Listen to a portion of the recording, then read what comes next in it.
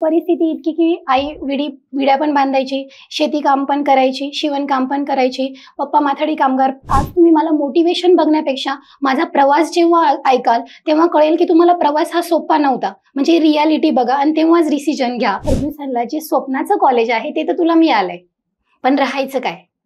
पुण्यासारख्या ठिकाणी एका गरीब परिस्थितीतून आलेली मुलगी, तिला जर 1-1 लाख रुपये जर राहण्याची जर हॉस्टेलची फी असेल तर ती अफोर्डच करू शकत नाही. तुझी परिस्थितीच नाहीये तर तू कशाला इतकं मोठं पाऊल घेतो? कारण आमच्या गावातली मी पहिली मुलगी आहे जी गावाच्या बाहेर आली शिक्षणासाठी. तर तू काय इतकं मोठं पाऊल घेतोय? BSc तर ती आपल्या सिनियरला पण करू शकते. जेव्हा पुण्याला येणार होते तेव्हा मी मम्मी पप्पांना बोलले होते की मला फक्त संधी द्या. आणि म्हणजे मला माहित होतं ना माझी परिस्थिती काय, मला फक्त संधी द्या. काही तुला रडायचंय का की लढायचंय हे तू ठरव. 2022चा रिझल्ट आला, माझं नावच नाही. म्हणजे असं झालं की पायाखालची पूर्ण जमीनच गेली का काय. म्हणजे सगळ्यात वाईट दिवस असेल ना तर तो 24 ऑगस्ट 2023 होता. तिला जे कळलं की बाबा रिझल्ट आलाय म्हणून, जी 10 रुपयाची जुडी विकत होती ना ती आता 10च्या 2 घ्या किंवा तशा देऊन टाकल्या.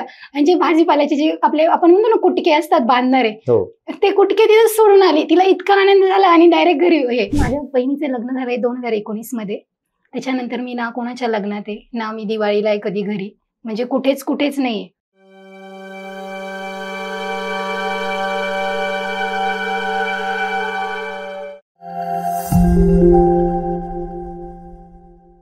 नमस्कार, मी किरण निंबोरे. वास्तव कट्ट्यावरती आपल्या सर्वांचं स्वागत. आपल्या सर्वांना माहिती आहे की वास्तव कट्ट्यावरती आपण भरपूर अशा स्टोरी पाहिल्या की ज्यांचा खूप खडतर प्रवास असतो. वेगवेगळ्या स्टोरीज आपल्याला पाहायला मिळतात. स्ट्रगल स्टोरीज असतात, कोणाच्या सक्सेस स्टोरीज असतात आणि कोणाचं स्ट्रगल अजिबात नसतं. खूप चांगल्या घरातून येऊनही अधिकारी बनतात, खूप वाईट परिस्थिती असतानाही अधिकारी बनतात. वेगवेगळे अधिकारी आपण वास्तव कट्ट्यावरती पाहिले. पण आज वास्तव कट्ट्यावरती आपल्यासोबत एक अशी अधिकारी आहे, खडतर परिस्थिती होती, वडील माथाडी कामगार, आई विडी कामगार आणि एकंदरीत या सगळ्या परिस्थितीमधून स्वतःच्या पायावरती उभं राहण्यासाठी, स्वतःच्या पायावर उभं राहूनच त्यांनी शिक्षण पूर्ण केलं. स्कॉलरशिपच्या जीवावरती शिक्षण पूर्ण केलं. अर्थात त्या हुशार होत्या. अशा सुजाता जाधव मॅडम आपल्यासोबत आहेत. मॅडम UPSCची तयारी करतात. अर्थात UPSC असेल, MPSC असेल, महाराष्ट्रामधला प्रत्येक विद्यार्थी स्पर्धा परीक्षा म्हटलं की UPSC आणि MPSC बऱ्यापैकी सोबत अभ्यास करतो. मॅडमला MPSC मधून देखील पोस्ट मिळालेली आहे आणि आत्ता मॅडमचं UPSC मार्फत घेतल्या जाणाऱ्या इंडियन स्टॅटिस्टिकल सर्व्हिस या परीक्षेमधून मॅडमचा 22वा रँक आलेला आहे. आणि मला वाटतं तुम्ही महाराष्ट्रातून एकमेव महिला आहात की ज्या 2024च्या परीक्षेमधून सिलेक्ट झालेल्या आहेत. आणि मॅडमचं MPSC मधून देखील statistical officers in health department याच्यामध्ये देखील तुमचं सिलेक्शन झालेलं आहे. मॅडम, ज्यावेळेस तुमच्यासोबत चर्चा करत होतो, तुमचा प्रवास ऐकला आणि तुमची जी काही परिस्थिती आहे, कुठेही त्या परिस्थितीचं बाऊ न करता तुम्ही आज UPSC मधून पोस्ट काढली, जी तुमच्या आवडीची पोस्ट होती ती पोस्ट काढली. खरं तर एक विद्यार्थिनी असतील, महिला असतील किंवा एकंदरीत स्पर्धा परीक्षा विश्वातील जे काही विद्यार्थी आहेत यांच्यासाठी एक आदर्शवत उदाहरण आपल्याला आज म्हणजे आम्हाला या मुलाखतीमधून पाहायला मिळणार. कारण मी तर तुमचा प्रवास ऐकलाय, आपल्याला विद्यार्थ्यांना देखील तो प्रवास मांडायचा. तर एकतर तुमची परिस्थिती खूप हालाकीची होती. आपल्याला माहिती आहे की बऱ्यापैकी वर्ग UPSCची तयारी करण्यासाठी दिल्लीला जातो आणि दिल्लीत जायचं म्हटलं की पैसा पाहिजे. म्हणजे आपण पाहतो की सर्वसामान्य कुटुंबातील खूप कमी विद्यार्थी तिकडे जातात, मध्यमवर्गीय विद्यार्थी तिकडे पाहतो आपण. तुम्ही UPSCची तयारी करण्याची सुरुवात केली. सुचलं कसं तुम्हाला आणि का सुरुवात केली होती? किंवा तत्पूर्वी तुमचा बालपणापासून प्रवास ऐकायला देखील आम्हाला आवडेल. नक्कीच. बालपणीच मी सांगते की आम्ही 5 जण, माझी मम्मी, पप्पा, गौरव, बहीण आणि मी. तर मी घरातली दुसरी मुलगी. तर घरातल्यांना दुसरी मुलगी नको होती, कारण तेव्हा ते वातावरण होतं की मुलींना एवढा दर्जा नाही दिला जायचा. तर घरातली दुसरी मुलगी नको होती, पण मी झाले. पण माझ्या म्हणजे सगळ्यांनी झाल्यावर खूप रागराग केला की दुसरी मुलगी का. पण माझ्या आईवडिलांनी मला खूप म्हणजे असं हाताच्या फोडासारखं जपलं म्हटलं तरी चालेल. म्हणजे माझी मम्मी मला जेव्हा स्टोरी सांगते की बाबा तू म्हणजे सगळ्यांनी असा रागराग केला, पण तू जेव्हा शाळेत जायला लागली, म्हणजे माझी मम्मी विडी कामगार, अगोदरच सांगितलं. तर विडी कामगारांची एक स्पेशल बालवाडी असते. तर त्या बालवाडीमध्ये मी 3 वर्षापासून जाते. तर त्या 3 वर्षापासून मी त्या म्हणजे बालवाडीला मम्मीने मला टाकलं. आणि मम्मीचं स्वप्न होतं की तिला पोलीस बनायचंय. पण काही परिस्थितीच्या कारणामुळे ती तिचं स्वप्न नाही पूर्ण करू शकली. तर तिचं होतं की माझ्या मुलींना मी खूप शिकवेल. त्याच्यामुळे शिक्षणाचं वातावरण आमच्या घरामध्ये पहिल्यापासूनच होतं.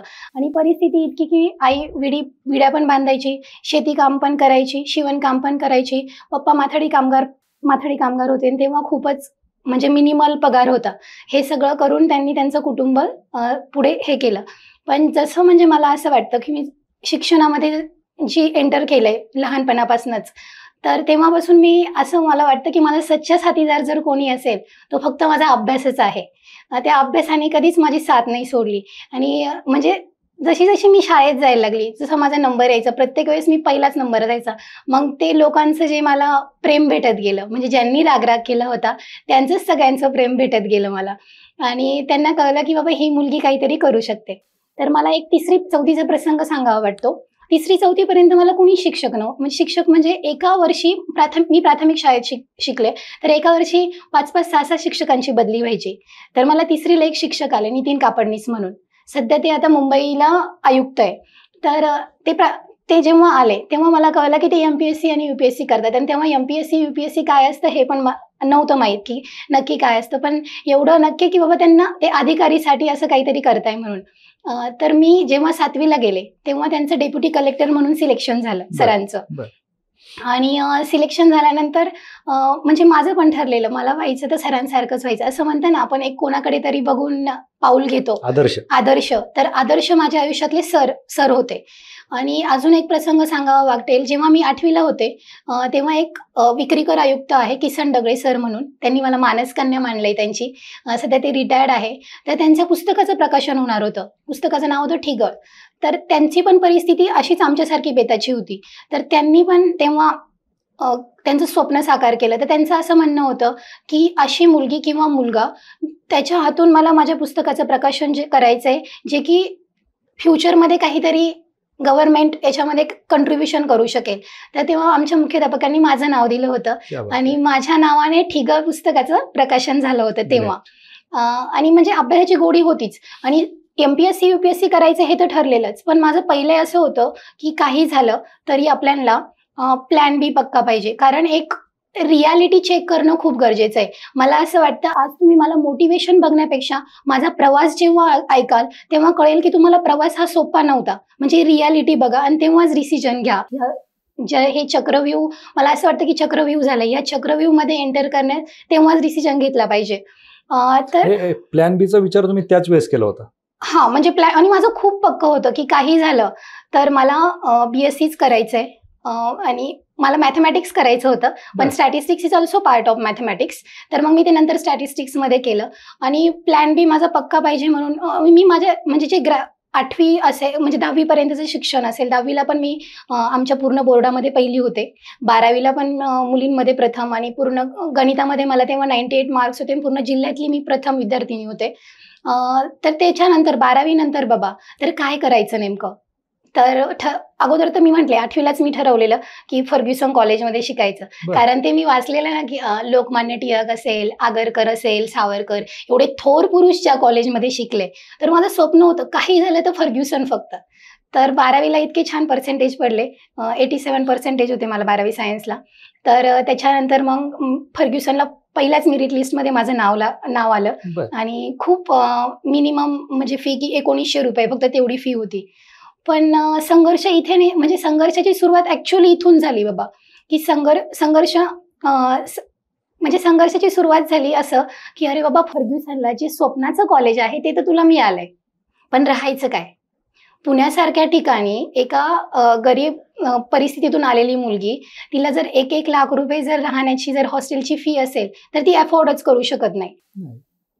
तर मग म्हणजे असं गावातले काही लोक माझ्या वडिलांना बोलले की अरे तानाजी, तुझी परिस्थितीच नाहीये तर तू कशाला इतकं मोठं पाऊल घेतो. कारण आमच्या गावातली मी पहिली मुलगी आहे जी गावाच्या बाहेर आली शिक्षणासाठी. तर तू काय इतकं मोठं पाऊल घेतोय. BSc तर ती आपल्या सिनियरला पण करू शकते. पण माझ्या आईवडिलांनी कधीच माघार नाही घेतली. त्यांनी मला पंख दिले उडण्यासाठी. तुला जे करायचंय ते तू कर.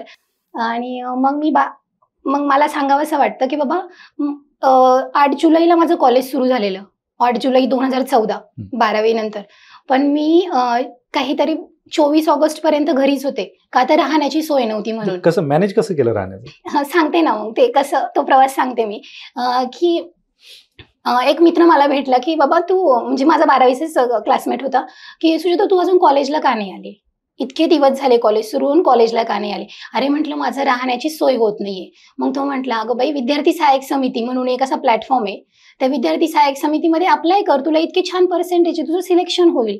मग तिथे मी विद्यार्थी सहाय्यक समितीमध्ये अप्लाय केलं आणि विद्यार्थी सहाय्यक समितीमध्ये अप्लाय केल्यानंतर मी आणि मम्मी पुण्याला आलो, आमची इंटरव्ह्यू घेतली आणि त्या इंटरव्ह्यू नंतरच विद्यार्थी सहाय्यक समितीमध्ये सिलेक्शन असतं आणि तिथे सिलेक्शन झालं आणि फक्त 8,500 माझं ऍडमिशन झालं.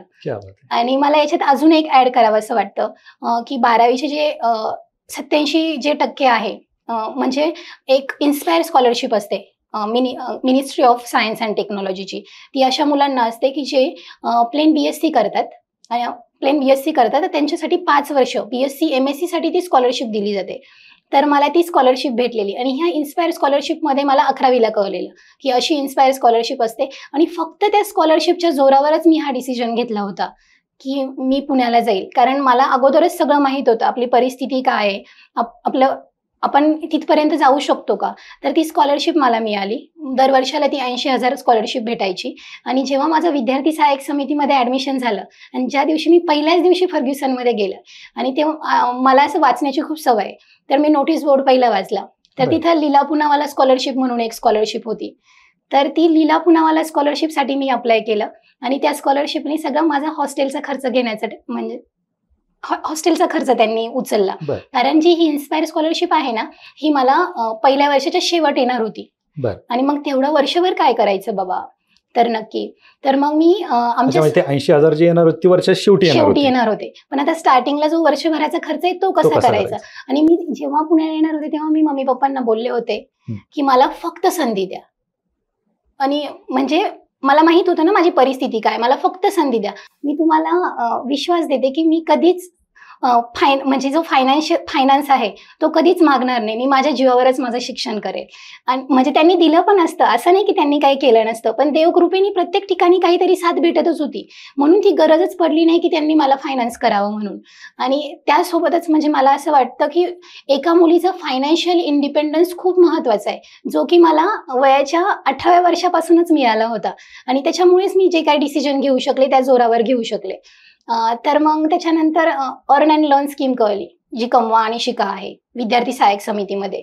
तर मी फर्स्ट इयरला फर्ग्युसनला असताना तिथं अर्न अँड लर्न स्कीममध्ये मला एक म्हणजे असे खूप वेगवेगळे प्रकारचे काम असते. जसं काय म्हणतात, जर कोणी वयस्कर असेल, कारण आजकाल जे आहे की कमवायच्या मागे जी सगळी समाज लागलाय, म्हणजे आई वडील हे घरीच राहतात आणि मुलं बाहेर मोठ्या मोठ्या पगाराच्या नोकरी करतात, पण आई वडिलांना सांभाळायला कोणी नसतं. तर आमच्या मला छान वाटतं की आमच्या विद्यार्थी सहाय्यक समितीतले जे विद्यार्थी आहे ते earn and learn scheme through त्यांची सेवा करतात, म्हणजे तिथे जातात किंवा वेगवेगळ्या प्रकारचे कामं असतात. काही तर भांडी धुणी पण करतात आमच्या जे समितीतले विद्यार्थी आहे ते. तर मला एक असं टीचिंग म्हणून टीचिंग आलं होतं, 12वीला शिकवायचं होतं. तर आमच्या रेक्टर मॅडमनी, त्यांना माहित होतं की बाबा अशी मुलगी आहे आपल्या हॉस्टेलमध्ये की जिला इतके चांगले मार्क्स वगैरे होते. त्यांनी मला विचारलं की सुजाता तू शिकवशील का 12वी सायन्सच्या मुलीला. तर मी म्हटलं नक्कीच, काय म्हणजे मला आवडेल. आणि मग मी त्या मुलीला शिकवलं. जेव्हा आहे मला एका तासाचे 50 रुपये भेटायचे तेव्हा, घरी जाऊन शिकवायचे. हो, आणि एका तासाचे तेव्हा फक्त 50 रुपये भेटायचे. पण ते महिन्याचे काय माझे 4-5 हजार रुपये व्हायचे. तर त्या 4-5 हजारांनी माझा सगळं खर्च भागायचा, म्हणजे पुस्तकांचा असेल सगळंच. आणि मग मला ते सांगावं असं वाटतं की फर्ग्युसन पासून तर पुणे सेंट्रल मॉलच्या तिथे त्यांचं घर होतं, जवळजवळ 3.5 किलोमीटरचं अंतर होतं. आणि मी ते रोज पायी जायची आणि पायी यायची. म्हणजे चालण्याची पण इतकी मला सवय, म्हणजे तेव्हापासून म्हणजे चांगल्या सवयी खूप माझ्या जर्नीने मला असं वाटतं की मला खूप चांगल्या सवयी शिकवल्या. आणि मग त्यानंतर हा झाला तुमचा कॉलेजपर्यंतचा प्रवास. तुम्ही सांगितलं की तुमचे जे आदर्श होते ते कापडणे सर, की ज्यांची डेप्युटी कलेक्टर म्हणून निवड झाली. आणि दुसरे कोण सांगितलं तुम्ही? किसन डगळे सर. हा, ते कोण होते? विक्रीकर आयुक्त. विक्रीकर ते आता आयुक्त. रिटायर्ड आहे. दोघेही एमपीएससी मधूनच हो. पोस्ट मिळाली. हो. तुम्ही युपीएससी कडे का गेला? म्हणजे माझं पहिलेच ठरलेलं मला करायचं तर युपीएससी मधूनच करायचंय म्हणून. म्हणजे एमपीएससी कमी किंवा आधी सगळी माहिती घेतली होती. हो, सगळं अनालिसिस माझं प्लॅनिंग हे पहिल्यापासूनच होतं. म्हणून तर मी प्लॅन बी माझा पहिले पक्का केला होता. म्हणून माझं ग्रॅज्युएशन इतक्या चांगल्या मार्क्सनी झालं, पोस्ट ग्रॅज्युएशन इतक्या चांगल्या मार्क्सनी झालं. पोस्ट ग्रॅज्युएशन नंतर मी सेट एक्झाम पण क्लिअर केली, जी असिस्टंट प्रोफेसरसाठी असते. म्हणजे माझं असं होतं की नाही झालं माझं युपीएससी मध्ये तर मी एक चांगलं टीचर बनेल. म्हणजे मला टीचिंग ॲज अ प्लॅन बी माझा पक्काच होता. आणि युपीएससी करायचं हे मी म्हणजे अगोदरच ठरवलेलं, पण मी पहिले प्लॅन बी पक्का केला. किती दिवस गेले अभ्यासाला सुरुवात जेव्हा केली तेव्हापासून ते पोस्ट मिळेपर्यंत? किती कालावधी गेला? 2019च्या लास्टमध्ये मी प्रिपरेशन सुरू केलं होतं. 2020चा माझा त्यावेळेस ग्रॅज्युएशन कम्प्लीट झालं? पोस्ट ग्रॅज्युएशन कम्प्लीट झालं होतं. पूर्ण तुम्ही पूर्ण तुमचं पोस्ट ग्रॅज्युएशन कम्प्लीट झाल्याच्या नंतरच अभ्यासाला सुरुवात केली. पण मला याच्यातही एक अजून सांगावंसं वाटतं की पोस्ट ग्रॅज्युएशन नंतर मी लगेच ऑनलाईन टीचिंग जॉब पण चालू केला होता. एक चेक इंडिया म्हणून प्लॅटफॉर्म आहे. म्हणजे जो मी तुम्हाला अगोदर सांगितलंय ना की मी जे माझ्या आई वडिलांना सांगितलेलं की मी फायनान्स कधी मागणार नाही तुमच्याकडनं, तर म्हणजे त्यांनी केलंही असतं. मी अगोदरही सांगितलं त्यांनी केलंही असतं, पण एक मनाचं होतं की नाही मागणार. तर मग काय करू शकते बाबा तू आता या जोरावर? तुला युपीएससीचं प्रिपरेशन पण चालू करायचंय आणि तुला तुझं जे फायनान्शियल इंडिपेंडन्स आहे ते पण टिकवायचंय. तर याच्यासाठी तू कशी सुरुवात करणार? तर मग मला कळलं चेक इंडिया म्हणून एक प्लॅटफॉर्म आहे, तिथं ऑनलाईन टीचिंग होते तर आणि त्याच्यातून तुम्हाला चांगल्या प्रकारचं पगार भेटू शकतो. तर मग मी त्याची एक्झाम दिली आणि मला सांगा वाटतं चेक इंडियामध्ये 193 कंट्रीचे स्टुडंट त्यांचे प्रश्न टाकतात. हां, आणि तुम्ही चूज करायचा तो प्रश्न जर तुम्हाला येत असेल तर त्याचं सोल्युशन पाठवायचं. तर मग मी तिथे चेक इंडियाला as a online tutor join झाले.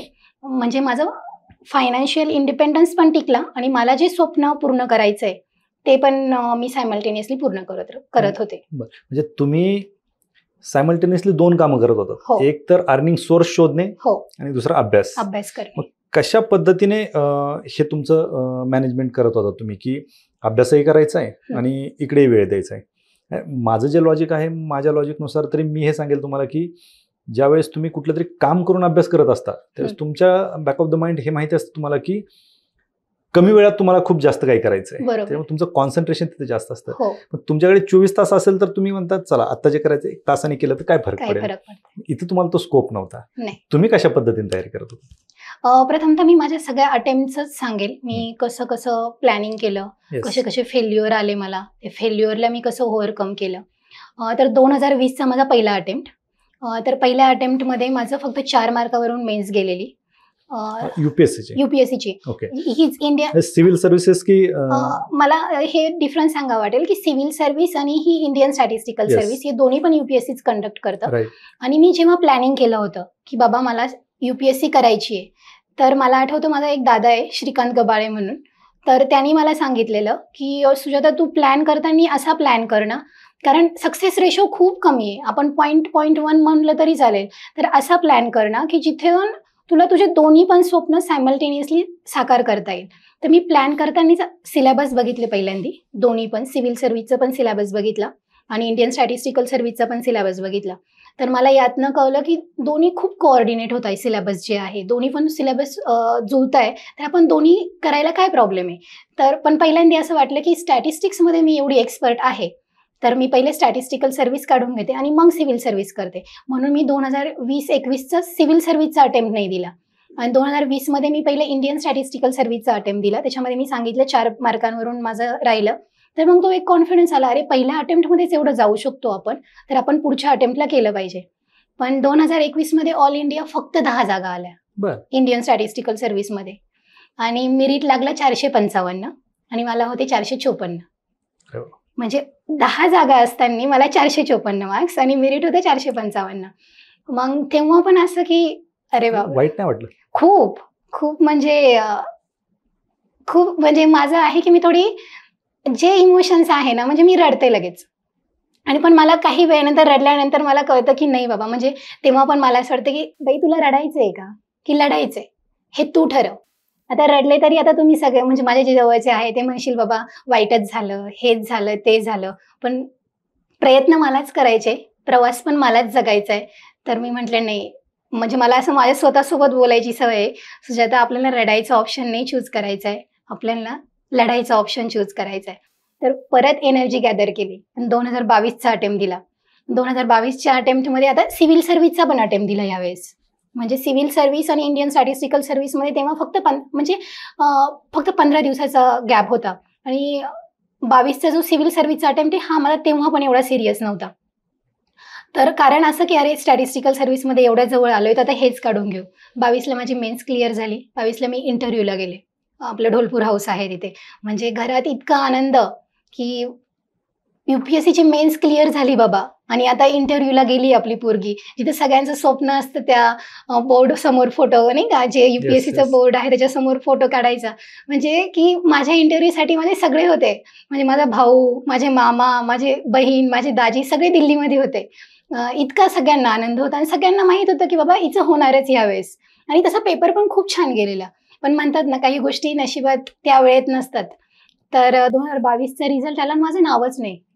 म्हणजे असं झालं की पायाखालची पूर्ण जमीनच गेली का काय. म्हणजे असतं ना स्वतःला की कॉन्फिडन्स असतो स्वतःवर, अपेक्षित होतं रिझल्ट येईलच आणि तो सगळ्यांना अपेक्षित होता. आणि एक स्वतःचं अनालिसिस असतं, स्वची ओळख जी आहे बाबा. तर मी स्वतःला म्हणजे एक माझ्याकडे कॉन्फिडन्स होताच की माझं होणारच म्हणून. पण हे नाही झालं तर ते अजून खूप वाईट होतं. म्हणजे 21ला असं, 22ला परत असं. तर मग 22मध्ये परत ठरवलं तर आता काय 4 दिवस काय रडणं असेल काय ते सगळं झालं. परत चालू केलं आणि आता असं ठरवलं की सिव्हिल सर्व्हिसचा पण खूप सिरियस द्यायचा आहे अटेम्प्ट आणि हे पण खूप सिरियस द्यायचं आहे. दोन्ही खूप सिरियस द्यायचे. आणि एक सांगावं असं वाटतं मला की ह्या दोन्ही एक्झाममध्ये मला रिव्हिजनला टाईम नाही भेटायचा. फक्त 20 दिवसाचा गॅप असायचा. तर मग 20 दिवसामध्ये सगळं मी कसं करणार बाबा. तरी पण मी सिव्हिल सर्व्हिसचा अटेम्प्ट दिला. पण 23चा सिव्हिल सर्व्हिसची प्रिलिम्स इतकी खतरनाक आली होती की म्हणजे एकदमच पॅटर्न वेगळा आला होता. तर 23च्या प्रिलिम्समध्ये माझं नाही झालं आणि 23च्या मेन्समध्ये इंडियन स्टॅटिस्टिकलच्या सर्व्हिसमध्ये पण माझं नाही झालं. आणि हे इतकं वाईट होतं सर, मला सांगावं असं वाटतं. म्हणजे मला असं वाटतं की माझ्या पूर्ण जर्नीमधला सगळ्यात वाईट दिवस असेल ना तर तो 24 ऑगस्ट 2023 होता. कारण माझी आजी आहे, ती त्याच दिवशी वारली 1 वाजता आणि 1:15 माझा रिझल्ट आला. आणि रिझल्ट म्हणजे जी मुलगी इंटरव्ह्यू देऊन आली आहे त्या मुलीचं मेन्समध्ये नावच नाही. म्हणजे असं कसं होणार. आणि 22ला मला एक मी सांगायचं विसरले, माझी टाय केस झालेली. मला होते 535 पॉईंट्स 30 मार्क्स आणि जी लखनौची मुलगी चूज केली तिला होते 535.13 मार्क्स. तर पॉईंटमध्ये मला जास्त होते. पण असं म्हणजे रूलमध्ये असं होतं की म्हणजे रूल तर कुठे लिहिलेला नव्हता. पण मला असं म्हणजे मी जे RTI वगैरे टाकले त्याच्यामध्ये मला असं सांगितलं गेलं की आम्ही फक्त इंटिजर काउंट करतो आणि ते इंटिजर काउंट केल्यानंतर एज बेसिसवर मग आम्ही सिलेक्शन करतो. हां, तर मग एज बेसिसवर तिचं सिलेक्शन झालं, माझं सिलेक्शन नाही झालं. म्हणजे तो तोंडातला घास होता माझा, तो हिसकावून घेतला असं झालं. आणि 23मध्ये तर अजून इतकं वाईट. आणि दोन्ही दुःख मी कसे पचवणार. म्हणजे हे 21-22 म्हणजे जो ट्रेंड आहे ना आमच्या स्टॅटिस्टिक्समध्ये ट्रेंड आहे तो इन्क्रीज, जो दुःखाचा ट्रेंड आहे किंवा जो संघर्षाचा ट्रेंड आहे तो कंटिन्युअसली इन्क्रीजच होत होता. मग 2023मध्ये असं झालं तर गौरवला सांगितलं. म्हणजे आम्ही सगळे सोबत राहत होतो. आता माझी दीदी दाजी सगळे सोबत राहत होतो आणि आता घरी चाललोय. म्हणजे आमच्या आजीचं जे आहे क्रिया करायला सगळे घरी चाललोय. आणि मी गौरवला सांगितलं की गौरव लिस्टमध्ये नावच नाही. आणि म्हणजे मला काहीच बोलता येईना, काहीच होईना. आणि सगळे खूप शॉक. म्हणजे माझे दीदी सगळेच की बाबा इतकं केलंय तरी पण लिस्टमध्ये नाव नाही. तर आता काय करायचं. तर आणि मम्मीला सांगू शकत नव्हतो कारण घरचे जरा हळवे. तर कसं सांगणार की लिस्टमध्ये नावच नाही. आणि आमचा रिझल्ट एकदम अप टू डेट असतो की ऑगस्टमध्ये येणार म्हणून येणारच. आणि मी रात्रभर झोपलीच नाही त्या रात्री. आणि यांना असं वाटलं, म्हणजे मम्मी पण माझ्या शेजारीच होती, तिला असं वाटलं की अरे आईचं हिने लईच टेन्शन घेतलंय. ऑब्व्हियसली मी आईचं टेन्शन घेतलं होतं. वाईट वाटतं जेव्हा आपली जवळची व्यक्ती कोणीतरी जाते. पण 2 इतके मोठ्या लेवलचे माझे दुःख मला हँडल करायचे होते आणि मला त्यांना रडून पण दाखवायचं नव्हतं का असं झालंय म्हणून. तर मी मम्मीला मम्मी सारखी विचारायची, बाई रिझल्ट आला ना कोणालाच सांगू नको बरं का, फक्त मलाच सांग. हां, तर म्हटलं अगं रिझल्ट अजून तरी नाही आलाय. आणि दुसऱ्या दिवशी सगळं झाल्यानंतर मला यांनी लगेच पुण्याला काढून दिलं की तू इथं थांबू नको. आणि एकतर मी मम्मीशी खूप कनेक्ट आहे. तू खरं बोलून जाशील, तू पुण्याला जा, आम्ही बरोबर मॅनेज करतो, सगळं करायचंय ते. तर आम्ही त्यांना तिला रिझल्टच सांगितला नाही. आणि मग माझं असं आहे, मला सांगावं असं वाटतं की हॉस्टेलला पण जेव्हा होते ना, तेव्हा मी मम्मीशी 1-1 तास बोलायचे आणि पोरी पण मला चिडवायच्या. अगं पोरी, बाई बॉयफ्रेंड सोबत कोणी एवढं बोलत नाही आणि तू काही तर तुझ्या मम्मी सोबत एवढं बोलत असते. म्हणजे माझ्या ह्या पूर्ण जर्नीमध्ये मी रोज एवढं बोलायची. आणि ज्या मम्मीशी मी इतकं बोलते, म्हणजे मी एक तर खोटं बोलू शकत नाही, म्हणजे माझा स्वभाव आहे, मला खोटं बोलणं अजिबात चालत नाही. एकतर मी खोटं बोलू शकत नाही, तर हिला मी खोटं का बोलायचं. बरोबर. तर असा डिसिजन घेतला यांनी की तू मम्मीशी बोलायचं नाही, काही नाही होत बोलल्याने. तर तिला असं डाऊट यायला लागलं की बाबा सोनी का, म्हणजे मला घरी सोनी म्हणतात, सोनी का बोलत नाही, सोनी का बोलत नाहीये. तर मग गौरव चिडायचा तिच्यावर, काय तिला अभ्यास करून द्यायचा आहे का नाही, कशाला तू सारखं सारखं फोन करत राहते. आणि मग ते मनोज जरांगे पाटलांचं ते चालू होतं ना आंदोलन, तर मग गौरव सांगायचं, अगं ते आंदोलन चालू आहे ना मराठा आरक्षणचं, म्हणून रिझल्ट येत नाही. आता ते थोडी पीडीएफ जाऊन चेक करणार आहे की बाबा पीडीएफ मध्ये नाव आहे की नाही किंवा काय. तर हे बरोबर यांनी असं केलं. आणि मला असं वाटतं 19 नोव्हेंबरला आपलं क्रिकेटची मॅच होती ना फायनल, कंटिन्यू काय म्हणता इंडिया 10 मॅच जिंकला होता आणि लास्ट याला ऑस्ट्रेलियाची. आम्ही सगळे मॅच बघत होतो आणि मी एकटीच पुण्याला होते आणि गौरव ते सगळे घरी होते आणि मॅच बघत होतो आणि आपण नाही म्हणजे हारलो.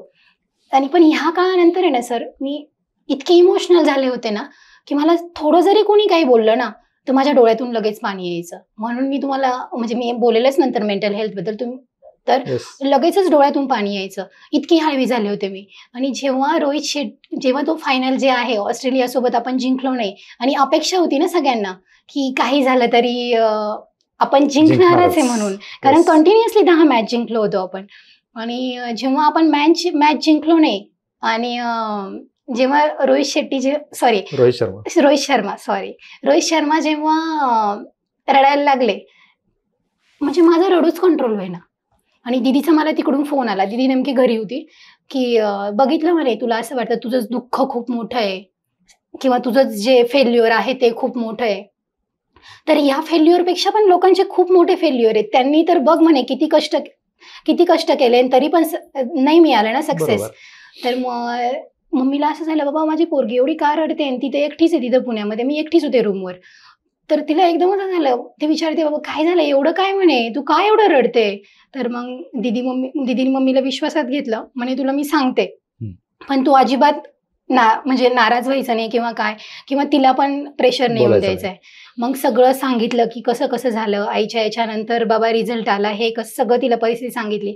वाटलं तिला वाईट, पण तिने इतकं म्हणजे एक सपोर्ट सिस्टीम जी आहे ना, इतक्या याने तिचं दुःख मनात पचवून तिने मला फोन केला आणि मला बोलली की सोनी आपल्याला हारायचं नाही आणि या हारण्यासाठी आपण हा प्रवास सुरू केलेला नाही. तुला जोपर्यंत करायचंय, तुला जोपर्यंत वाटतंय तोपर्यंत तू कर. आणि ह्यानंतर मी माझं खूप चांगलं अनालिसिस केलं की मला असं वाटलं की फेल्युअर हे जे आहे ना, की ही स्टेप आहे एक तुमच्या लर्निंगची. ठीक आहे, फेल्युअर मिळालंय ना. आणि तेव्हा मी माझ्या डायरीमध्ये मला डायरी लिहायची खूप सवय, म्हणजे मी रोज काय करते ते मी माझ्या डायरीत लिहिते. तर मी माझ्या डायरीमध्ये लिहिलं होतं, अडथळ्यांना भिवून अडखळणे पावलांना पसंत नाही.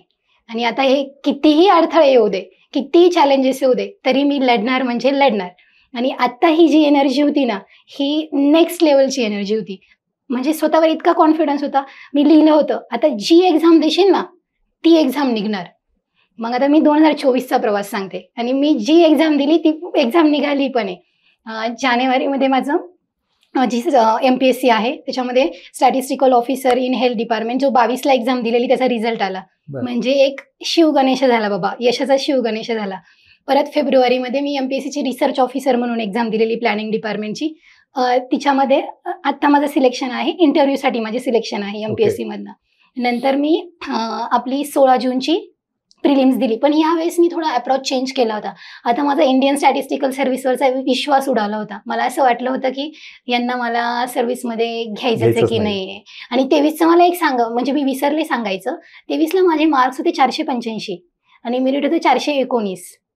म्हणजे मी टॉप 10 मधली कॅन्डिडेट असते 23मध्ये. पण जो इंग्लिश क्वालिफाईंग पेपर आहे, त्या क्वालिफाईंग पेपरमध्ये मी 1 मार्काने फेल झाले. आता ते फेल कसं झाले काय हे मला माहित नाही, पण मी तेव्हा 1 मार्काने फेल झाले, कारण 419 आणि 485 खूप डिफरन्स आहे, खूप मोठा डिफरन्स आहे. आणि त्या मार्क्सनी ना माझा इतका कॉन्फिडन्स वाढवला की अरे तू डिझर्व करते, जो कॉन्फिडन्स असतो ना आपल्यावर, तू डिझर्व करते, आता फक्त हा अटेम्प्ट दे. पण ह्या अटेम्प्टमध्ये मी इतकी चिल होते म्हणजे की काहीच प्रिपरेशन नाही, कारण 16 जूनला माझी UPSCची सिव्हिल सर्व्हिसची एक्झाम आणि 21, 22, 23 जूनला मुंबईला माझी इंडियन स्टॅटिस्टिकल सर्व्हिसची मेन्स. म्हणजे किती दिवस होते मध्ये? फक्त 3 दिवस.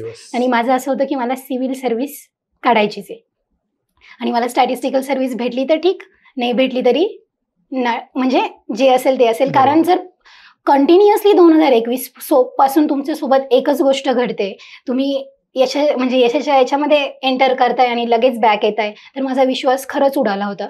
तर मग मी सिव्हिल सर्व्हिस दिली 16 जूनची आणि ही 21, 22, 23 जूनची मेन्स पण दिली. 3 दिवसामध्ये फक्त मी रिव्हिजन केलंय मेन्सचं. आणि मेन्स ही 6-6 तास लिहायचे, हाताची बोटं अशी हे होतात. पण माझं एक होतं की कसं असं डिसिजन घेऊ, म्हणजे काही मला म्हटले पण की तू दोन्ही नको ठेवू बाबा, जे दोन्ही आहे एकच पाथ चूज कर. पण नाही, मी रिस्क घेतली. आता थांबायचंच नाही, काही झालं तरी आता थांबायचं नाहीये. तर सिव्हिल सर्व्हिस 16 जूनला दिली आणि 3 दिवसांनी लगेच गौरवून मी मेन्सला गेलो मुंबईला आणि ते 3 दिवसाची मेन्स झाली माझी. आणि 1 जुलैला लगेच रिझल्ट आला UPSCच्या सिव्हिल सर्व्हिसचा.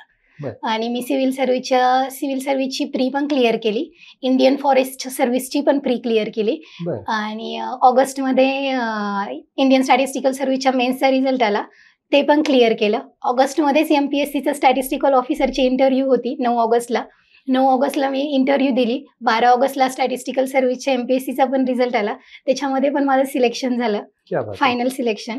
म्हणजे जे 3 वर्ष मला यश हुलकावणी देत होतं, ते यश मला आता हे वर्षी म्हणजे जिथे मी 3 वर्ष बेस तयार होत होता तुमचा. हा, आणि मी म्हटले ना, जिथे पाय ठेवेल आता ते माझं असेल, जी एक्झाम देईल ती माझी असेल.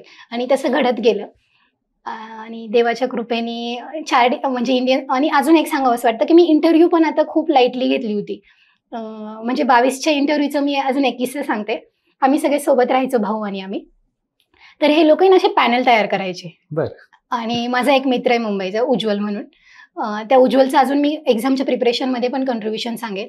तर तो तिकडून इंग्लिशमध्ये क्वेश्चन तयार करायचा आणि हे 3 जण माझे क्वेश्चन, म्हणजे रोज इंटरव्ह्यू व्हायचे आमच्या घरामध्ये. म्हणजे हे डेली पॅनल घरातच बसवलं होतं की रोजचं शेड्यूल होतं. आणि हे जवळजवळ आमचं 2 महिने मेन्सच्या आणि इंटरव्ह्यूच्या काळामध्ये जेवढा पिरियड असतो तेवढ्या काळामध्ये आमच्या घरामध्ये रोज इंटरव्ह्यू होत होत्या UPSCच्या. हे मला गौरव, सिद्धू आणि राहुल म्हणून आहे, तर हे मला क्वेश्चन विचारायचे. आणि मी म्हणजे इतकी प्रॅक्टिस झाली होती आणि इंटरव्ह्यूची पूर्ण भीती मनातून निघून गेली होती आता. तर आमची जनरली इंटरव्ह्यू जी आहे ही लास्ट वीक ऑफ डिसेंबर असते. आणि माझी इंडियन फॉरेस्ट सर्व्हिसची जी मेन्स आहे ती होती 22 नोव्हेंबर ते 30 नोव्हेंबर. पण ह्यावेळेस इतकं अचानक 11 नोव्हेंबरला शेड्यूल आलं की 4 डिसेंबरला इंडियन स्टॅटिस्टिकल सर्व्हिसची इंटरव्ह्यू आहे. तर अजून इतका म्हणजे डिलेमा निर्माण झाला की बाबा नेमकं इंडियन फॉरेस्ट सर्व्हिसची मेन्स देऊ की नको, किंवा मग इंडियन स्टॅटिस्टिकल सर्व्हिसची इंटरव्ह्यूज देऊ का. म्हणजे या दोन्हींमध्ये चूज करणं खूप हे होतं. आणि गौरव माझा जो भाऊ आहे तो मला बोलला की माई नको देऊ मेन्स. पण परत एक मनात विचार आला, अरे स्टॅटिस्टिकल सर्व्हिसने ते मागचे 4 वर्ष माझ्यासोबत काय केलंय, म्हणजे ते असतं ना. आणि जर इन केस नाहीच झालं तर मला काहीतरी तर पाहिजे. म्हणून ठरवलं काही हो, दोन्ही पण द्यायचं. 22 नोव्हेंबर ते 30 नोव्हेंबर मी नागपूरमध्ये होते. नागपूरला असते इंडियन फॉरेस्ट सर्व्हिसची मेन्स. नागपूरला तिकडे मेन्स दिली आणि 30 नोव्हेंबरला मी पुण्यात आले. 1 डिसेंबरला माझी फ्लाईट होती दिल्लीची. माझी मम्मी मी आता ह्यावेळेस इंटरव्ह्यूला गेलो होतो. 1 डिसेंबरला फ्लाईट होती. म्हणजे असं की 2 डिसेंबर आणि 3 डिसेंबर फक्त 2 दिवस होते माझ्याकडे प्रिपरेशनसाठी. म्हणजे काही थोडं रिवाईज करायचं किंवा काय. आणि 4 डिसेंबरला माझी UPSCची इंटरव्ह्यू होती. आणि इंटरव्ह्यूचं प्रिपरेशन 2 दिवस ही खूप मोठी रिस्क होती माझ्यासाठी. पण सोबत काय होतं तर कॉन्फिडन्स की काही झालं तरी आपण इंटरव्ह्यू छानच देणार. तर आमचं जे पॅनलचं इंटरव्ह्यूचं थोडं सांगते. तर इंटरव्ह्यूमध्ये खूप ओपिनियन ओरिएंटेड क्वेश्चन विचारले गेले मला. आणि मला सांगायला आवडेल की मी ऑल इंडिया इंटरव्ह्यूच्या मार्क्समध्ये 4 नंबरला आहे. ग्रेट. हां. आणि 2 दिवसाचंच प्रिपरेशन, म्हणजे त्याच्या मागची खूप मोठी तपश्चर्या आहे. पण आता तरी 2 दिवस होते. म्हणजे इथं काय होतं ना, 2 दिवस मुलं प्लॅनिंग करण्यामध्ये गडबडून जातात किंवा काय. तर मला असं वाटतं की तुमचा कॉन्फिडन्सच खूप महत्त्वाचा आहे. त्या कॉन्फिडन्सनीच मला साथ दिली आणि माझी इंटरव्ह्यू पण इतकी छान गेली. 12 डिसेंबरला माझा रिझल्ट आला आणि मी इंडियन स्टॅटिस्टिकल ऑफिसर म्हणून सिलेक्शन झालं. आत्ता रिझल्ट आल्यावर कुणाला सांगितलं पहिलं? हा प्रश्न लई महत्त्वाचा आहे. आणि कसं असतं ना, की जेव्हा रिझल्ट येतो ना, जवळचे लोक फोनच उचलत नाही. हा अनुभव मी बऱ्याच इंटरव्ह्यूमध्ये ऐकलाय. हो ना. म्हणजे मी रूममध्ये बसलेली आणि पहिला फोन तर मी माझ्या मम्मीलाच करणार होते. तर मम्मीला फोन केला, मम्मीने फोन उचलला नाही. पप्पांना फोन केला, पप्पांनी फोन उचलला नाही. मग गौरवला फोन केला आणि गौरवनी फोन उचलला. फक्त एकच वाक्य बोलले, गौरव झालं. त्याला सगळं कळलं की त्याच्या पुढे काहीच नाही. आणि बोलायची गरज पण नव्हती, काही गरजच नव्हती. आणि मम्मीने मग नंतर फोन केला तर तेव्हा कळलं ती भाजी विकत होती सिन्नरला. माझं जे गाव सिन्नर तालुका आहे तिथं भाजी विकत होती. आणि तिला जे कळलं की बाबा रिझल्ट आलाय म्हणून, जी 10 रुपयाची जुडी विकत होती ना ती आता 10च्या 2 घ्या किंवा तशा देऊन टाकल्या. आणि जे भाजीपाल्याचे जे आपण म्हणतो ना कुटके असतात बांधणारे, ते कुटके तिथं सोडून आली. तिला इतका आनंद झाला आणि डायरेक्ट घरी हे. आणि पप्पांचा नंतर फोन आला तर कळलं पप्पा वावरामध्ये पाणी भरत होते म्हणून. आणि मग आता यांना कळलंय तर माझं काम संपलं. आता सगळे नातेवाईकांना मग फोन सुरू झाले. आणि मला एक सांगावं वाटतं की मला 6 मावशी आहे, 2 मामा आहे, 3 आत्या आहे. सगळे म्हणतात की नातेवाईक हे पाय ओढणारे असतात, पण माझे नातेवाईक पूर्ण जर्नी माझे साथ देणारे होते. माझी साथ म्हणजे काय तर मला मेंटल सपोर्ट जो आहे तो यांनी कायम दिला. म्हणजे मी रडले तर मला सांत्वना द्यायला सगळे होते किंवा मी खचले तर मला विश्वास दाखवणारे. कधी कधी तर मला विश्वास नाही बसायचा की कसा या लोकांचा माझ्यावर इतका विश्वास आहे. मी खचते पण हे खचत नाहीये. तर तोच विश्वास मला पूर्ण जर्नीमध्ये कामाला. माझ्या 6 मावशांच्या डोळ्यामध्ये आनंदाश्रू होते. सगळे रडले. माझे काका इंदोरमध्ये होते तेव्हा. तर काका जवळजवळ 15 मिनिटं रडत होते की सोनी तू करून दाखवलं. म्हणजे इतकी खडतर प्रवास होता. म्हणजे माझ्या बहिणीचं लग्न झालंय 2019 मध्ये. त्याच्यानंतर मी ना कोणाच्या लग्नात आहे ना मी दिवाळीला आहे कधी घरी. म्हणजे कुठेच नाहीये. जो पंचवार्षिक माझी जी काही योजना म्हणता येईल त्या पंचवार्षिक योजनेमध्ये मी कुठेच नाहीये. मी आणि खूप अप्स डाऊन्समध्ये मी स्वतःला सांभाळलं इथे. आणि मग सगळ्यांनाच कळलं रिझल्ट. मग मित्रमैत्रिणी, माझे सगळे टीचर असतील सगळे. आणि मला सांगावं वाटतं की माझी जी मिरवणूक आहे, म्हणजे मला असं एक्सपेक्टेशन नव्हतं. मला सांगायचं आहे की तुम्ही मिरवणूक बघून किंवा तुम्ही ग्लॅमर बघून किंवा तुम्ही हे बघून या क्षेत्रामध्ये नका येऊ. पण माझ्या भावानी जी माझी जर्नी बघितली, कारण माझ्या प्रत्येक एक्झामला तो माझ्यासोबत असायचा. आणि 3 दिवस तुम्ही मेन्स देणं इट्स नॉट अ जोक. कारण तेवढं तुम्हाला सांभाळायचं आहे. झोप होत नाही, काही नाही. म्हणजे गौरवचं इतकं मोठं कॉन्ट्रीब्युशन आहे ना की म्हणजे मला डाळिंब सोलून देणं असेल, मला सफरचंद कापून देणं असेल किंवा रात्री नाही झोप लागत मेन्सच्या आधी, कारण किती टेन्शन असतं. म्हणजे माझ्या 5ही मेन्स मला जेव्हा डोळ्यासमोर येत आहे तेव्हा मला एकच आठवते की झोप. म्हणजे पूर्ण 3 दिवस मिळून माझे 6 तास पण झोप नाही व्हायची. पण सगळ्या याच्यामध्ये तो असायचा. माझ्या जेवणाची काळजी, मला तिथपर्यंत सोडवायचं सगळ्या ठिकाणी. म्हणजे मी म्हणते की तो माझा आधारस्तंभ आहे. माझ्या यशामध्ये त्याचं कॉन्ट्रीब्युशन असं पर्सेंटेजमध्ये नाही मोजता येणार, पण तो माझा आधारस्तंभ आहे. तो होता म्हणून मला हे सगळं अचीव्ह करता आलं. नक्कीच. कारण कुठंतरी पाठीमागे तुमच्या कोणीतरी उभं होतं. हा खूप मोठा तुमच्या यशाचा पार्ट असू शकतो. तुम्ही बोलता आपण बऱ्याच वेळा बोललो की सिव्हिल सर्व्हिसेस आणि इंडियन स्टॅटिस्टिक्स सर्व्हिसेस, काय फरक आहे दोन्हीमध्ये? एकतर सिव्हिल सर्व्हिसमध्ये लोकांशी जास्त कनेक्ट होता येतं. स्टॅटिस्टिकल सर्व्हिस जे आहे, इंडियन स्टॅटिस्टिकल ऑफिसर, असं म्हटलं जातं की IAS of the statistical world. म्हणजे त्यांचं खूप मोठं कॉन्ट्रीब्युशन आहे पॉलिसी मेकिंग आणि इम्प्लिमेंटेशनमध्ये.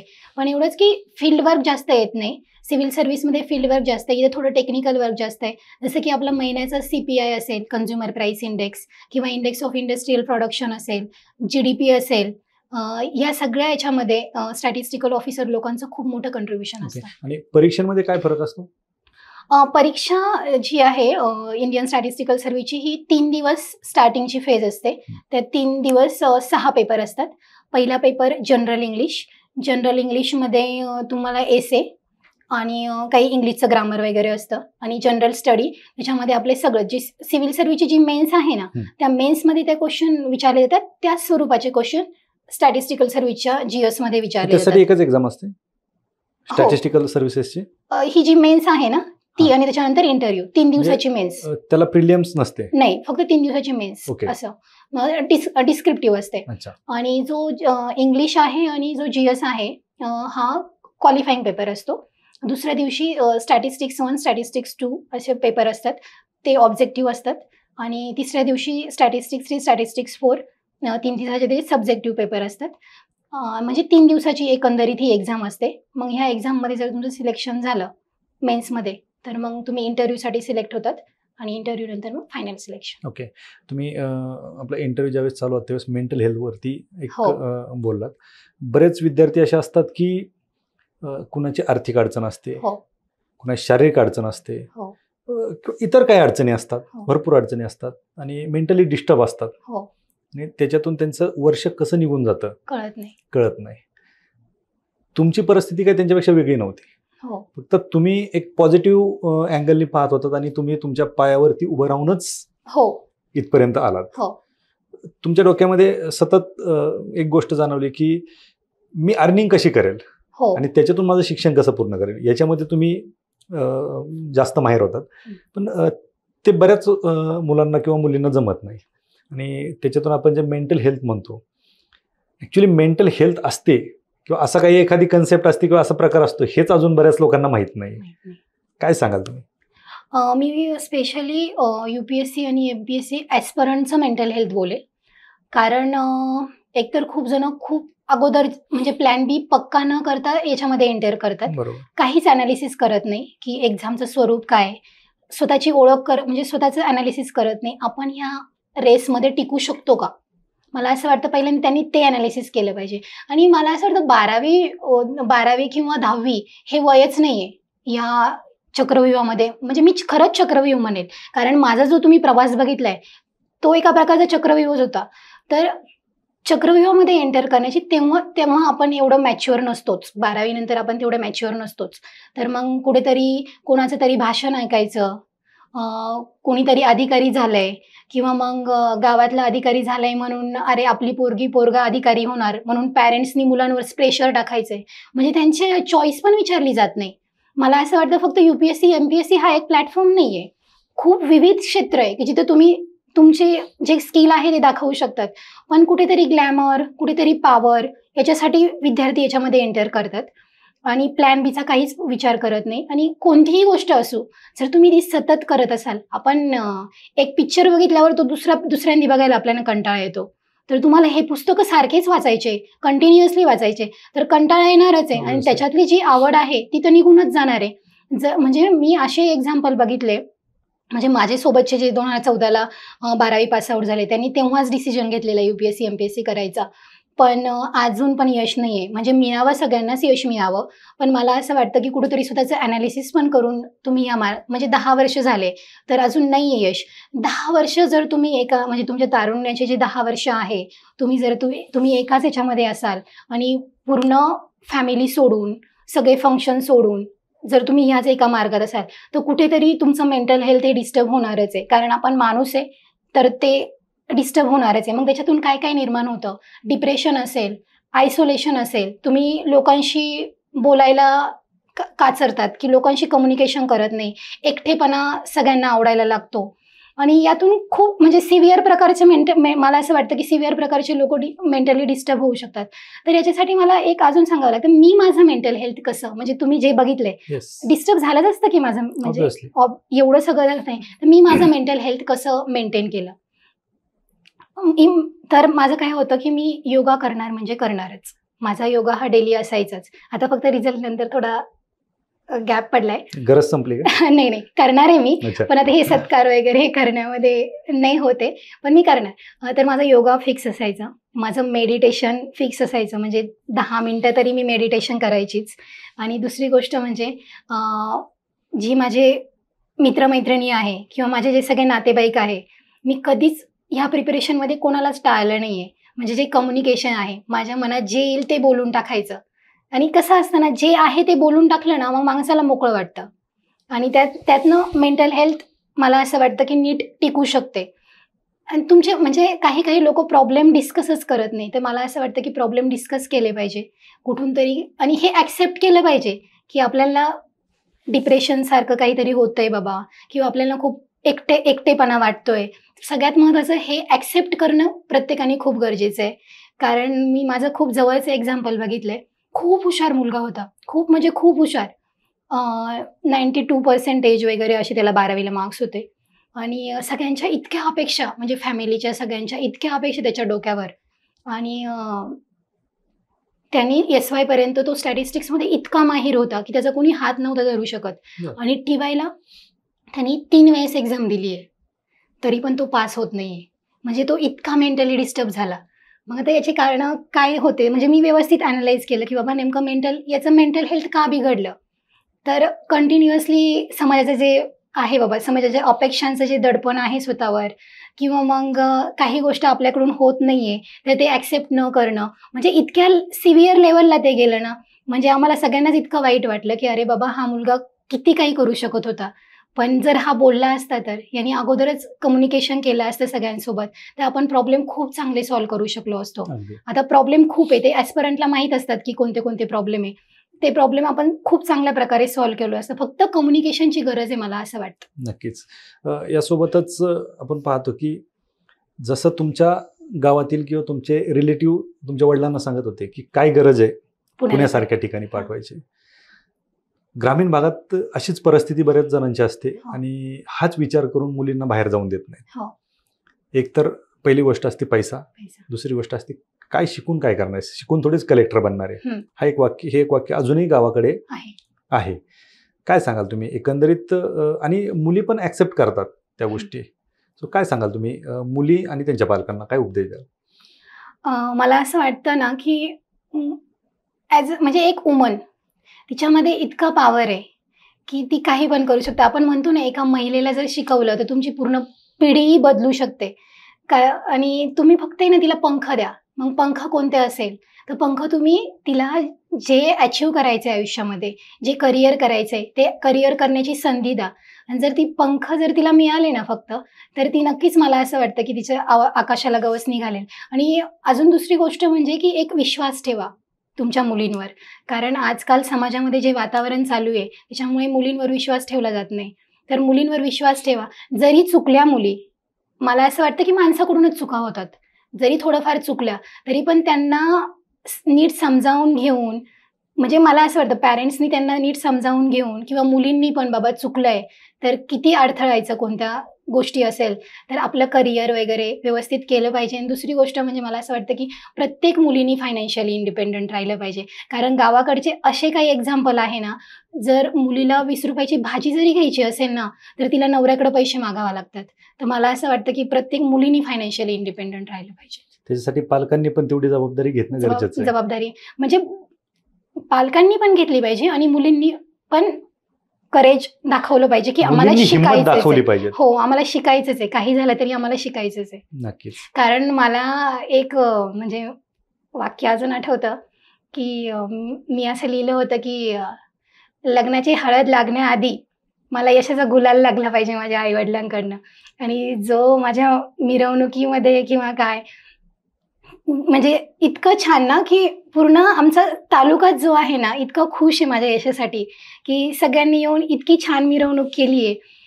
म्हणजे मला हे म्हणायचं की मिरवणूक वगैरे याच्यासाठी मी हे सगळं केलं नाहीये, पण हा त्यांनी बघितलेला संघर्ष, हा माझ्या नातेवाईकांना झालेला आनंद, माझ्या गावकऱ्यांना झालेला आनंद, सगळ्यांनी तो त्या मिरवणुकीमधून सेलिब्रेट केलाय. तर मला असं म्हणायचं की मिरवणूक बघून तुम्ही इकडे येऊ नका, तुम्ही स्वतःचं अनालिसिस करूनच इकडे या. नक्कीच या गोष्टी, कारण हे वास्तव पण पाहणं खूप गरजेचं आहे. तर वास्तवाकडे आलोच आपण, तर किती वर्ष या क्षेत्रात दिले पाहिजेत? हा खूप चांगला प्रश्न आहे. आता मी तर माझं टाइमलाईन ठरवलेलं की 4 वर्षाच्या पुढे मी जाणार नाही म्हणून. नसतं झालं तर माझा प्लॅन बी खूप कॉन्क्रीट होता की म्हणजे मी ह्यावेळेस अशी होते ना की नाही झालं तर नाही झालं, मी इतकी छान टीचर बनेल. आणि मला ऑलरेडी टीचरची ऑफर होती फर्ग्युसन कॉलेजकडनं. कारण मी सेट एक्झाम क्लिअर होते. म्हणजे मी ते क्वालिफिकेशनच अगोदर डेव्हलप, आणि मी अजून सायमल्टेनियसली सांगितलं पण की मी ऑनलाईन अर्निंग पण करत होते. त्याच्यामुळे मला प्लॅन बीचा प्रश्न तुम्हाला विचारणं चुकीचं आहे तसं. म्हणजे प्लॅन बी माझा कधी अडथळाच नव्हता. बरोबर. मी ते सगळं म्हणजे मी केलंच असं आहे ना, एंटर करतानाच मी एकदम मायक्रो प्लॅनिंग करून या क्षेत्रामध्ये उतरली. मी असं रॅन्डम उतरली नाही या तो क्षेत्रामध्ये. प्रश्नच आपण स्किप करूयात. मला मुलाखती शेवटी तुमच्याकडून हे अपेक्षित आहे की तुम्ही स्पर्धा परीक्षेची तयारी केली, तुम्ही तुमच्या आजूबाजूला स्पर्धा परीक्षेची तयारी करणारे विद्यार्थ्यांनी पाहताय, कुठल्या चुका होतात विद्यार्थ्यांकडून, काय केलं पाहिजे भरपूर सांग. चुका काय होतात? खूप महत्वाचे. पहिली गोष्ट, तुम्ही सिलेबस वगैरे व्यवस्थित अनालिसिस करत नाही. मला असं वाटतं महागडे क्लास लावण्याची गरज नाहीये. महागडे तुम्ही लावला नाही, मी कोणताच क्लास नाही लावलाय. मी कोणत्याच क्लासची स्टुडंट असं वाटलं होतं कधी की क्लास करायला पाहिजे? जेव्हा 22चा इंटरव्ह्यू मध्ये हे झालं तेव्हा वाटलं होतं की खरंच क्लासची गरज होती का. पण जेव्हा मार्क्स रिलीज झाले तेव्हा कळलं की क्लासची गरज नाहीच आहे. आणि क्लास इथे नाहीये, म्हणजे जे आहे ते जयपूर आणि राजस्थानलाच आहे, आणि मी तिकडे जाऊ शकत नव्हते. तर मी जायचं असतं तुम्ही जाऊ शकले असते. नाही, पण मला पुणेच पाहिजे होतं. तुमच्यावर तेवढा कॉन्फिडन्स आहे. म्हणजे मला असं वाटतं की मी स्वतः चांगलं करू शकते.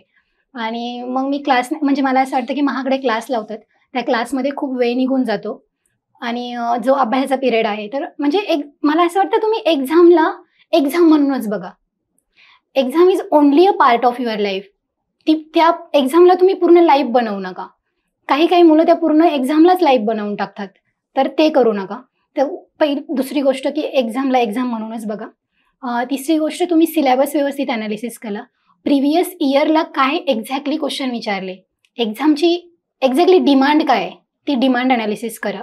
आणि जे काही मुलं करत नाही, म्हणजे रॅन्डमली कोणतंही बुक घेतलं, लक्ष्मीकांत घेतलं की ते महिनाभर वाचायचंय, स्पेक्ट्रम घेतलं की ते महिनाभर वाचायचं, हे करण्यापेक्षा पहिले प्रिव्हियस इयरच्या क्वेश्चनची अनालिसिस करून की बाबा नेमकं कोणतं वाचायची गरज आहे. आता इंडियन पॉलिटी पूर्णच वाचण्याचे, आणि जरी तुम्ही वाचलं तरी ज्या 8 दिवसाचा रिव्हिजन पिरियड असतो लास्ट, त्याच्यामध्ये शक्यच नाही ना एवढं लक्षात ठेवणं. तर त्याच्यामुळे एक्झामच्या डिमांडनुसार मुलांनी गेलं पाहिजे, आणि ते जात नाही. आणि तिसरी गोष्ट, मला असं वाटतं की आज UPSC MPSCच्या ॲस्परंटनी ग्लॅमर बघून वगैरे ते इकडे येतात. तर जर अपॉर्च्युनिटी जर असेल दुसऱ्या क्षेत्रामध्ये तर त्यांनी दुसरे क्षेत्र पण निवडले पाहिजे, जे की नाही निवडत, आणि नंतर मग मी जसं बोलले की मेंटल हेल्थ वगैरे असे प्रॉब्लेम होतात. ही एक चूक आहे. आणि चौथी गोष्ट अशी की यश नाही मिळालंय ना, जरी फेल्युअर आलंय बाबा, तर लोक फेल्युअरला फेल्युअर म्हणून बघतात. मला असं वाटतं की फेल्युअरला तुम्ही लर्निंग प्रोसेस बघा, सेल्फ इम्प्रूव्हमेंट म्हणून बघा, आणि तुमचं यश नक्कीच भेटेल. आणि यश जरी नाही भेटलं, कारण एवढे लोक एक्झाम देत आहेत, सगळ्यांचंच लिस्टमध्ये नाव येणार आहे असं नाहीये, तर मग तुम्ही लगेच दुसरं काहीतरी प्लॅन बघून त्या मार्गाने जा. असं नक्कीच मॅडम. खरं तर एकंदरीत तुमचा जो प्रवास आहे, हा प्रवास खूप मुलींसाठी, विशेषतः मुलींसाठी प्रेरणादायी ठरणार आहे. कारण आपण पाहतो की आपल्याकडे गरिबी खूप मोठ्या प्रमाणात आहे. त्या गरिबीचं भांडवल खूप केलं जातं. हो. मग ते भांडवल इन द सेन्स त्या गरिबीचं खापर त्या अपयशावर फोडलं जातं. म्हणजे आमच्याकडे आर्थिक परिस्थिती नाहीये, आम्ही बुक्स घेऊ शकत नाही, आम्ही क्लास करू शकत नाही, किंवा आम्ही पुण्यासारख्या ठिकाणी राहू शकत नाही. पण या सगळ्या गोष्टींना तुम्ही वेगळ्या पद्धतीने पाहिलं, वेगळ्या अँगलने पाहिलं, आणि ह्या सगळ्या गोष्टी होत असताना तुम्ही त्या यशाच्या पायऱ्या चढत गेलात. सो आता मला तरी नाही वाटत हे जर मुलाखत कोणी पूर्ण पाहिली तर माझी परिस्थिती खूप नाजूक आहे म्हणून मी अपयशी झाले, किंवा म्हणून मला हे करता नाही आलं, असं म्हणण्याचं प्रमाण निश्चित कमी होईल. खरं तर तुमचा हा संघर्ष, म्हणजे तुमचा हा नोकरीचा संघर्ष नव्हता, जगण्याचा पण संघर्ष नव्हता, तुमचा स्वतःसोबतचा जो संघर्ष होता हा, कारण तुम्ही ठरवून घेतलेला संघर्ष होता तो, आणि तो तुम्ही पार केला. मला कोणी फोर्स नव्हतं केलं की बाबा तू ह्या करिअर मध्ये जा, हे माझा डिसिजन होता. कदाचित तुम्हाला चढउतार आलेही असतील, पण ते तुम्ही समोर आणले नाहीत. का तर तुम्हाला त्या गोष्टीचा भाव करायचा नव्हता, किंवा त्या गोष्टीचं तुम्हाला भांडवल करायचं नव्हतं. ही आर्थिक परिस्थिती तुमची जी होती, आर्थिक परिस्थिती म्हणतोय, अशा आर्थिक परिस्थितीमध्ये एखादा युवक देखील खचून गेला असता, पण तुम्ही खचला नाहीत. त्यासाठी खरं तर वास्तव कट्ट्याकडून तुम्हाला सॅल्यूट, आणि तुम्हाला तुमच्या भावी वाटचालीसाठी खूप खूप शुभेच्छा, कारण मला माहिती आहे की तुम्ही एवढ्यावर थांबणार नाहीत. हो. आता तुमचा कल सगळा सिव्हिल सर्व्हिसेसकडे हो, नक्कीच. असेल आणि तुम्ही त्याच्यामध्ये देखील यशस्वी व्हाल आणि निश्चितच तुमची जी काही ड्रीम पोस्ट असेल ती घेऊन पुन्हा एकदा वास्तव कट्ट्यावरती याल नक्की, अशी नक्की. अपेक्षा बाळगतो. धन्यवाद. थँक्यू.